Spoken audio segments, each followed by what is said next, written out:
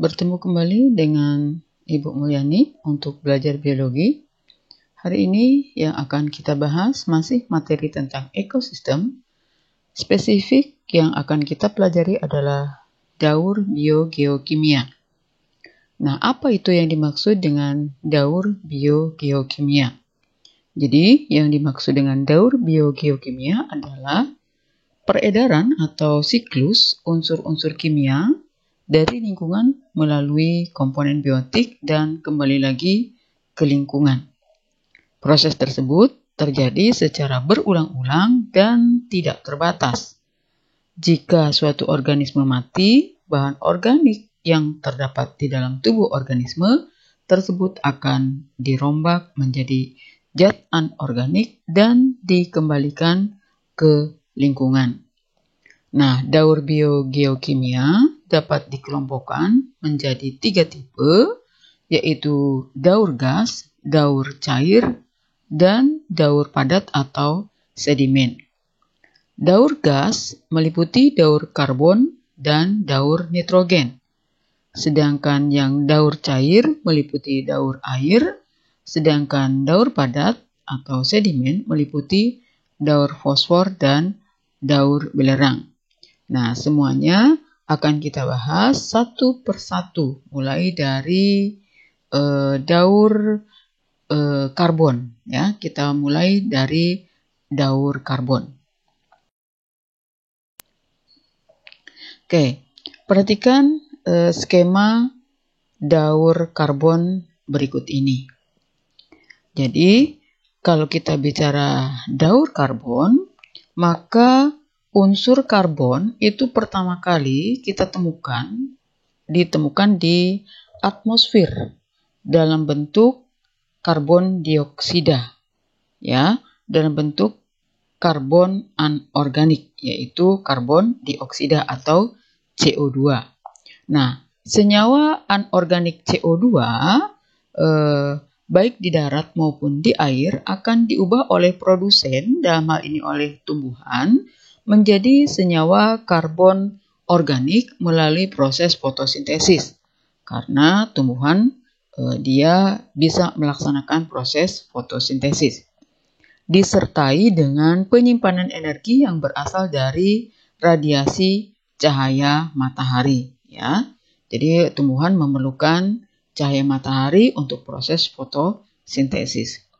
Energi yang tersimpan di dalam tubuh produsen, dalam hal ini adalah pada tumbuhan, bersama dengan senyawa karbon organik itu disebut dengan energi biokimia. Ya, jadi energi yang tersimpan di dalam tubuh produsen, dalam hal ini adalah pada tubuh tumbuhan, bersama dengan senyawa karbon organik disebut dengan energi biokimia. Ya. Nah, sebagian senyawa karbon organik di dalam tubuh produsen itu akan dimanfaatkan untuk aktivitas fisiologi produsen itu sendiri, yaitu melalui proses respirasi atau pernapasan. Dan sebagiannya lagi ditransfer ke konsumen, dalam hal ini adalah ke hewan dan manusia, melalui proses rantai makanan. Ya, jadi ingat kembali dengan proses rantai makanan. Nah, respirasi atau pernapasan yang dilakukan oleh produsen dan konsumen itu akan membebaskan karbon dioksida ke udara. Lihat dari skemanya, ya, baik itu hewan maupun manusia, hasil respirasinya yaitu berupa karbon dioksida akan melepaskan karbon dioksida ke udara. Ya.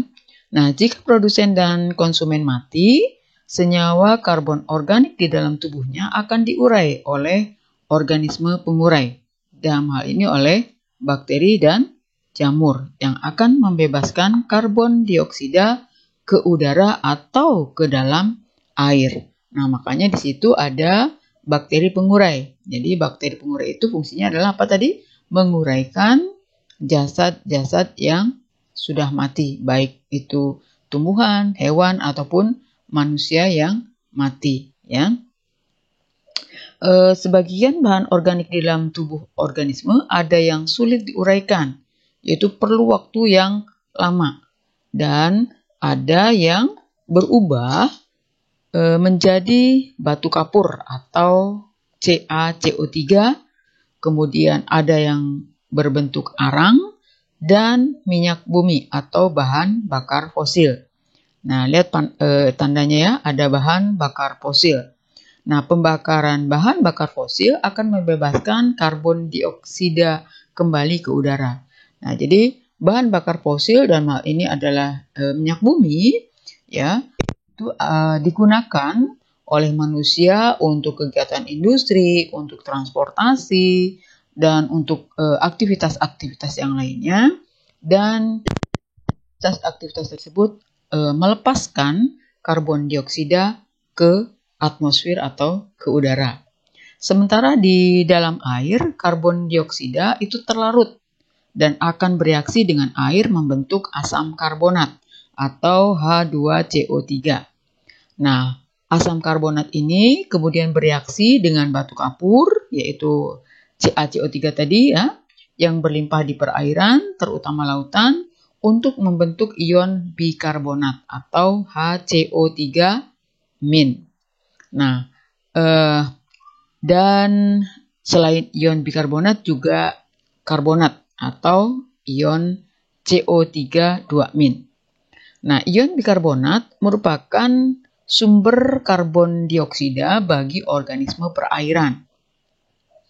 Organisme moluska yang hewan lunak bercangkang itu membuat bahan cangkang kalsium karbonat dengan memanfaatkan kalsium dan karbon dioksida yang terlarut dalam air. Dan jika hewan tersebut mati, cangkangnya akan hancur dan membebaskan karbon dioksida ke udara. Nah, jadi karbon dioksida tadi akan dilepaskan kembali ke atmosfer. Dan kemudian terjadilah siklus kembali ke siklus semula.